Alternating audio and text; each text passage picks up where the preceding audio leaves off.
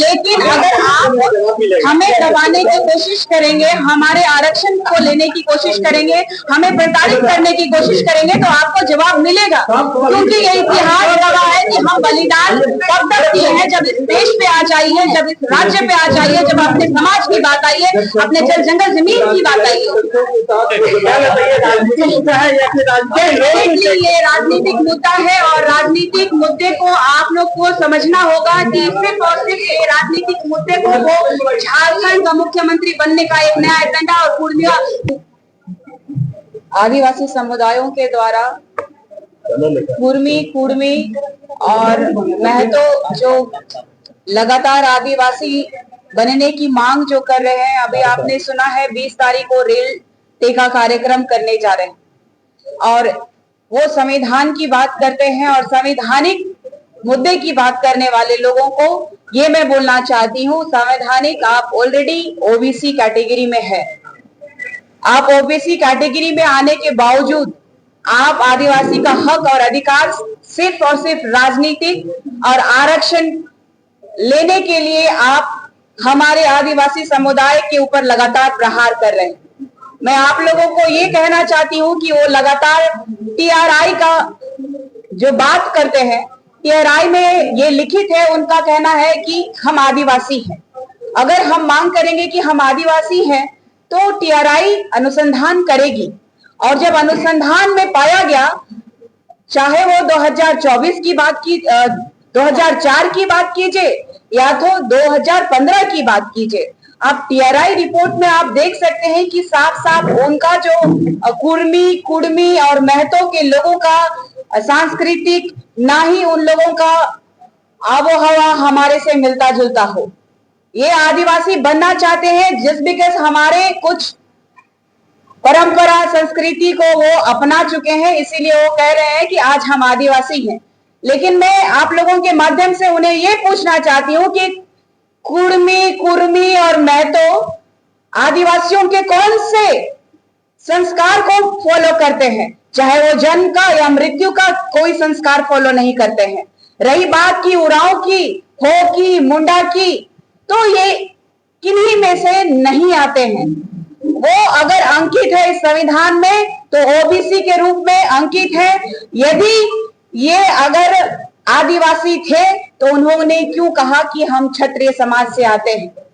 और क्षत्रिय समाज के लिए अभी कई वक्ताओं से आपने सुना और लगातार मैं कहती हूं कि इस रांची में आप देख रहे हैं बुट्टी मोड़ में उन्होंने उल्लान किया कि हम क्षत्रिय के वंशज हैं और हमारे पूर्वजों का यहाँ मूर्ति लगना चाहिए और शिवाजी महाराज की मूर्ति लगी हुई है।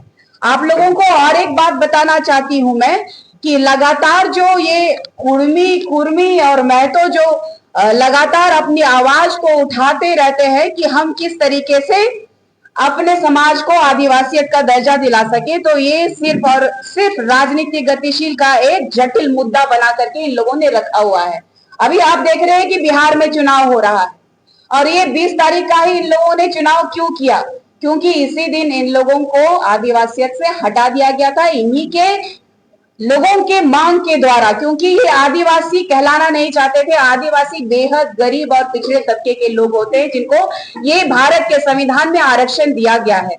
ये अपने आप को उच्च दर्जे के व्यक्ति के रूप में इन लोगों ने अपना संविधान में अपना बात को रखा कि मैं आदिवासी समाज से बिल्कुल भिन्न हूं। जब उन्होंने अपनी बात को रखते हुए आज उनके लोग ही मुकर जा रहे हैं कि आज भी कई लोग देख रहे होंगे, आप वेस्ट बंगाल में चले जाइए, ममता दीदी ने उनको प्रोटेस्ट करने के लिए रोका है। लेकिन इस राज्य में आदिवासी मुख्यमंत्री होने के बाद भी ये राज्य में अगर ये प्रोटेस्ट प्रखरता से कर रहे हैं तो ये पता आपको चल जाएगा आने वाला समय में। इतने आदिवासी समुदाय के अगवागन बैठे हैं और एक रणनीति बन रही है कि लगातार जो एक महतो, कुर्मी, कुर्मियों के द्वारा जो आदिवासियों पे प्रहार किया जा रहा है, इसका मुंह तोड़ जवाब देने के लिए हमारे अग्रिम चेयर पे जो बैठे हुए हैं सभी जवाब देने का काम करेंगे और हमारी पूरी जनता जो है व्याकुल है कि कब एक समय सीमा निर्धारित किया जाए और हम लोग कब इसका उल्लंघन करें कि इन कुर्मियों को इनकी ताकत और जगह का एहसास दिला दे।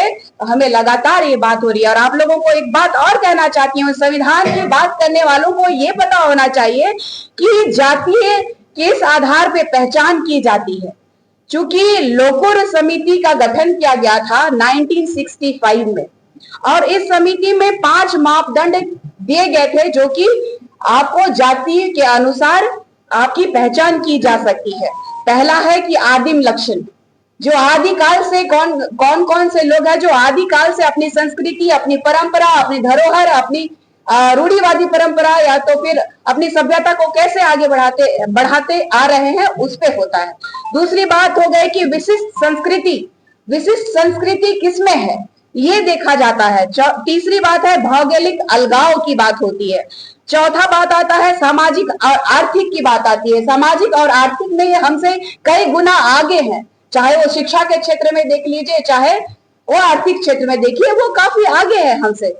और पांचवा है पिछड़ापन और अन्य समुदायों से सीमित संपर्क। मतलब ये टोटल देख लीजिए कि हमारे से बिल्कुल मेलजोल नहीं खाता है, लेकिन सनातनियों से बिल्कुल ही मेल खाता है। इन लोगों का हर परिवेश सनातनियों से मिलता है, इसीलिए इन लोगों को संवैधानिक अधिकार दिया गया और इनको ओबीसी में डाला गया है। तो आने वाले समय में जिस तरीके से ये लोग रेल रोको, रेल टेका करके और जंतर मंतर में जिस तरीके से ये लोग पुरजोर विरोध कर रहे हैं, हम लोगों का विरोध कर रहे हैं, झारखंडियों का विरोध कर रहे हैं, क्योंकि झारखंडी जो है पूर्ण रूप से तैयार हो गया है लड़ने के लिए कि आपको हम आदिवासी समुदाय में बिल्कुल भी शामिल नहीं करेंगे, हमारे आरक्षण का दुरुपयोग आपको नहीं करने देंगे, और इस राज्य में जो शासन करने का आप लोगों का राजनीतिक ये षड्यंत्र चल रहा है, ये हम होने नहीं देंगे।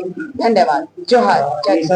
एक सवाल है, जैसे एक इधर से रेल टेको वाला कहा चल रहा है, इधर से आप लोग भी रोकने का ट्राई कर रहे हैं, हालांकि संविधान में क्या प्रावधान है ये आप लोग जान रहे हैं। सवाल मेरा ये है कि वो लड़ाई के साथ साथ वो पेपर का हवाला दे रहे हैं, 1913 का जो सुप्रीम कोर्ट का ऑर्डर है उसका हवाला दे रहे हैं और 1931 का हवाला दे रहे हैं, इसको आप कैसे काटेंगे? देखिए, हम मना नहीं किए हैं कि उनको जगह नहीं दिया गया था, उन्हें जगह दिया गया था। उन्होंने कहा हम आदिवासी नहीं है। और आपको मैं बता दी हूँ इससे पहले भी कि अगर वो 1931 का हवाला दे रहे हैं तो मैं आपको बताना चाहती हूँ कि टीआरआई का रिपोर्ट आप पढ़ लीजिए। टीआरआई का रिपोर्ट अगर आप पढ़ेंगे तो आपको पता चलेगा वो कि हमारे आदिवासी में वो शामिल नहीं हो सकते हैं। आदिवासियों के लिए जो प्रावधान है, रूढ़िवादी परंपरा, संस्कृति, सभ्यता की जो बात कर रहे हैं आप, वो हमारे से मेल ही नहीं खाता है, तो वो कैसे रहेंगे? हमारे यहाँ पे आदिवासी के साथ साथ मूलवासी भी है, लेकिन मूलवासी अगर आदिवासी बनना चाहेंगे तो ये कैसे चलेगा? आप किसी और का हक और अधिकार खाना चाहेंगे? आपने खुद डिनाई किया, आपने खुद क्षत्रिय महासम्मेलन का आयोजन में आप खुद शिरकत हो रहे हैं, आपने खुद कहा है कि मैं क्षत्रिय हूँ। और रांची के बुट्टी मोड़ में अपने क्षत्रिय समाज के पूर्वज जो कि शिवाजी महाराज का, उन्होंने खुद मूर्ति लगाया है।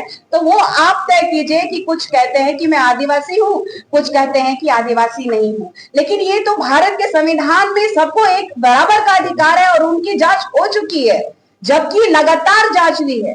2004 की बात कीजिए चाहे 2015 की बात कीजिए, आप उठा के देखिए ना, उस समय में आप हमसे ज्यादा शिक्षित थे, आप उस समय में ज्यादा जानते हैं, उसके बावजूद लगातार आप गलतियां क्यों कर रहे हैं? आप जाके देखिए वेस्ट बंगाल में एक आवाज आ रही है कि हम कुर्मी लोग हैं जो सनातन है, हम ओबीसी वर्ग के हैं, हम महतो नहीं है। आप ललित महतो जी का आप स्टेटमेंट देख लीजिए, ये सिर्फ और सिर्फ राजनीतिक ये हथकंडा है। राजनीति में कैसे हम आगे आए और इन लोगों का हक अधिकार खाएं और झारखंड में अपना स्वामित्व पा सके, सिर्फ और सिर्फ इनका एजेंडा यही है। बिल्कुल, जब बात आती है तो झारखंड में अलग राज्य में तो उसमें आदिवासियों की 50% यात्रा की मांग हो रही, तो उसमें से क्या 50% आदिवासी झारखंड में है और नहीं तो कुर्मी को भी लिया गया था, शायद आपको ये जानने की आवश्यकता है कि भारत का प्रथम नागरिक आदिवासी कहलाता है। रूढ़िवादी जनजाति के लोग, रूढ़िवादी परंपरा को मानने वाले लोग इस भारत में सभी जानते हैं कि बोलो जानो भारत में भगवान बिरसा मुंडा जी का इतिहास क्या रहा है, आदिवासियों का इतिहास क्या रहा है। तो पत्रकारिता में भी मैं आप सभी से निवेदन करूंगी कि इतिहास काइंडली आप पढ़िए और प्रखरता से, क्योंकि आज का जो फेसबुक और ये जो झुंझुना लेके चलने वाले लोग कुछ भी बयानबाजी कर दे रहे हैं और किसी भी समुदाय को भला बुरा भी कह दे रहे हैं। तो इसके लिए आप हमारे बड़े बड़े यहाँ के समाज के अगुवागण हैं, उनसे जरूर पूछे और आपको पता चलेगा कि हम लोग एक दूसरे के बारे में, अपना समाज के बारे में हमारे पूर्वजों से ही हम लोग सुनते हैं और समझते आ रहे हैं, उसी को फॉलो करते आ रहे हैं और पूरा भारत जानता है कि आदिवासी इस देश का मालिक है।